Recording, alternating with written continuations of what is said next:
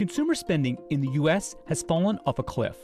Shelter-in-place orders have pressured travelers to cancel spring getaways and forced families to cut back on pricey purchases like new cars. As demand for clothing and appliances has nosedived, some retailers like JCPenney and Neiman Marcus have been forced into bankruptcy. But one segment of the market is thriving, shopping for furniture online. And that has been great news for Wayfair. In e-commerce, you don't find that many companies at scale doing these types of innovative, creative things that require merchandising, marketing, and operations, all backed by technology. And I think we're pretty unique in that way when you think about who's a scale player, who stands out. Wayfair is a relatively young home decor and online furniture store. It's like the Amazon of furniture and home accessories, connecting shoppers to over 18 million products. Since COVID-19 struck, shares at the company have skyrocketed. I think Wayfair may be benefiting more from COVID-19 than almost any single other company except for like an Instacart. While the doors of Williams-Sonoma, IKEA, and Pottery Barn remain firmly shut because of stay-at-home orders, Wayfair is open for business. And it's a great time to be in the online furniture game if you have your digital marketplace in order. With people spending more time at home than ever before, furnishing home offices and upgrading living rooms has become a top priority for shelter-in-place shoppers. In May 2020, Wayfair announced first quarter sales grew almost 20% from a year ago. Shares surged to a 52-week high. But the company also has its share of problems and detractors.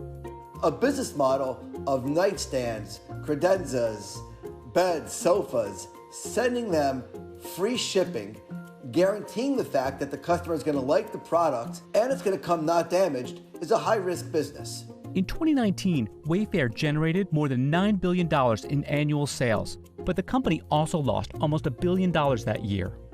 Wayfair is burning through profits to speed up growth. In 2019, the company spent over $1 billion on advertising alone. Investors have become increasingly skeptical of Wayfair's path to profitability. So, as the country slowly reemerges from lockdown, the question is, will Wayfair finally report a profit, and can the company thrive after shelter-in-place orders are lifted?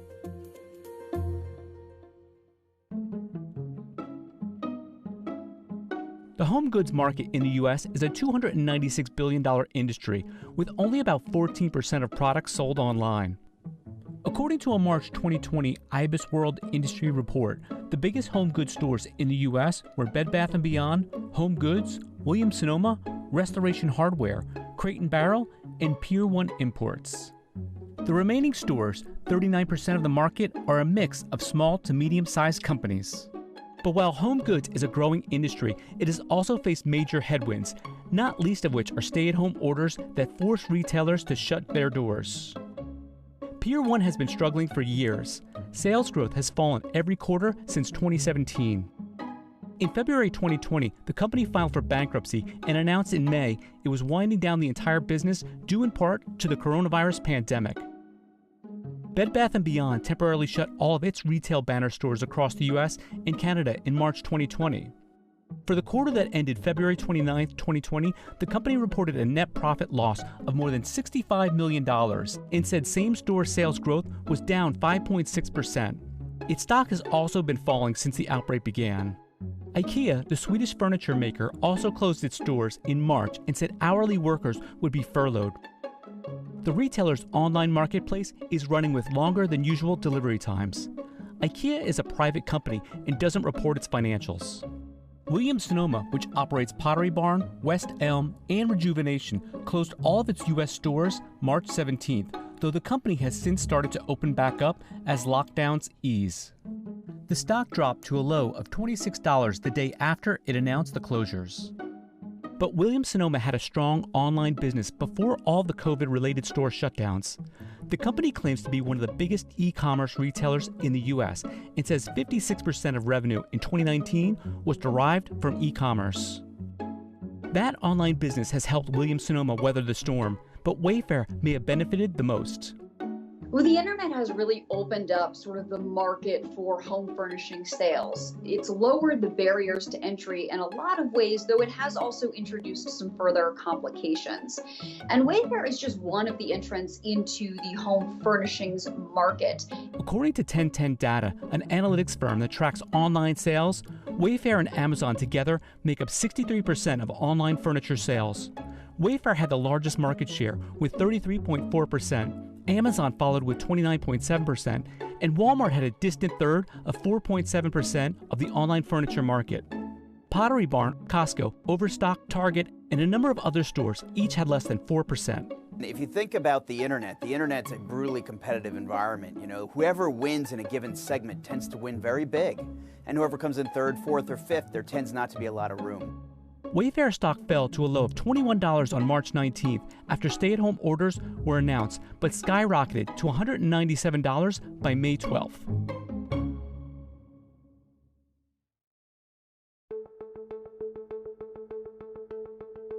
The furniture business is a competitive one, and Wayfair's challengers come from every corner of the market. Traditional furniture stores like Raymore and Flanigan's, big box retailers like IKEA, department stores like Macy's, specialty retailers like Pottery Barn, and online retailers like Amazon. Wayfair's business model stands apart from the competition for a couple of different reasons. The company sells more than 18 million items, way more variety than IKEA. It also offers a lot of convenience. Think easy returns and free shipping on orders over $35. But the company had a late start to the furniture business, only launching operations in 2002. Management realized that if it was going to dominate the market, it would need to get its name on the map. Wayfair had its IPO at the New York Stock Exchange on October 2, 2014. At the time, only about 7% of U.S. home goods sales took place online. Investors saw an opportunity. The stock opened at $29 and surged later that day to close 30% higher. But the online retailer faces a number of hurdles.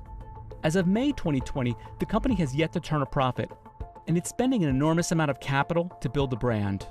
The problem for Wayfair, as with many other e-commerce or startup players in general, is their profitability. It's not there. They have never made money. If you look at the business of Wayfair, what is it? It's a bunch of overhead. Much of it is to build a website and manage the sales. Some of it is in actually supply chain and logistics. And so that's the biggest source of money that goes out. And then the second one is advertising, right? So essentially it's a bunch of people trying to get sales, some of them trying to help the process of getting deliveries, and a lot of advertising money trying to pump in, getting customers to purchase products, as well as brand building. By 2019, Wayfair had 20 million customers and sales of $9.1 billion, an almost 600% increase from 2014. But acquiring those new customers is costly. Wayfair has been spending more to bring in new customers than those shoppers have been spending on furniture. They're losing about $10 for every customer that they acquire. So, they spend about $69 to acquire them. They make back about $59 in incremental profitability after they've been acquired. And so, because they're losing money, the fact that they're growing can actually destroy value. In 2019, Wayfair bet big on advertising again, spending over $1 billion, almost double the amount it spent in 2017. That spending helped erase the profit it made on $7 billion worth of goods sold. If the amount that they're spending to acquire customers is more than the amount of value that they're getting after those customers have been acquired, there's no amount of growth that will ever allow them to become profitable. Wayfair declined to be interviewed for this story.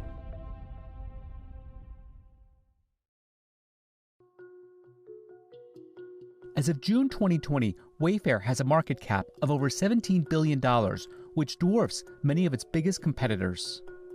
The company sells more than 18 million products through its 5 retail sites: Wayfair.com, Joss & Main, All Modern, Birch Lane, and Paragold.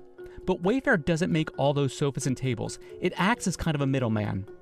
Although it has a significant logistics network, the majority of products ship directly from its network of over 12,000 suppliers. The fulfillment and delivery is different. These are big, bulky items. Yeah. They get set up in people's homes, or they're prone to damage. There's all kinds of things that you need to handle them differently than perhaps if you're, again, selling batteries and books and the like, Shoppers buy furniture less frequently than things like t-shirts and toys, and unlike books, shipping furniture is expensive and can easily be damaged.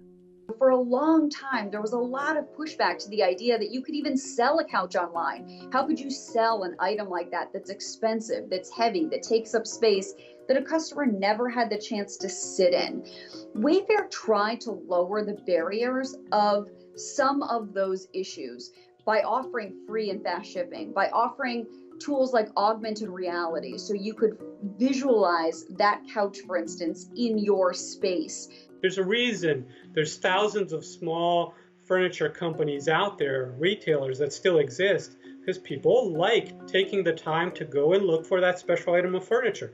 They don't want something that they know could be in every other household.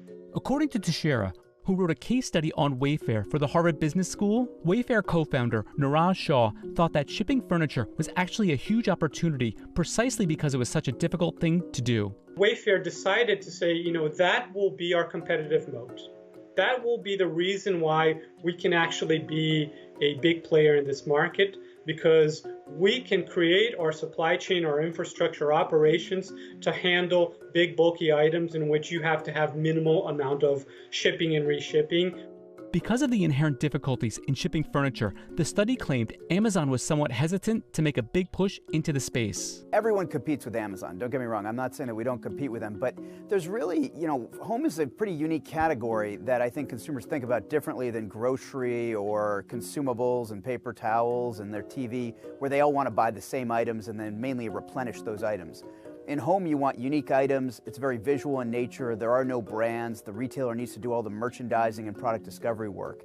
And I think because of all of that and the fact that the logistics are different, you're talking about big, bulky items where damage is an issue, you're talking about in-home deliveries, all of a sudden we have an opportunity to build something pretty unique that's really tailored to this particular category.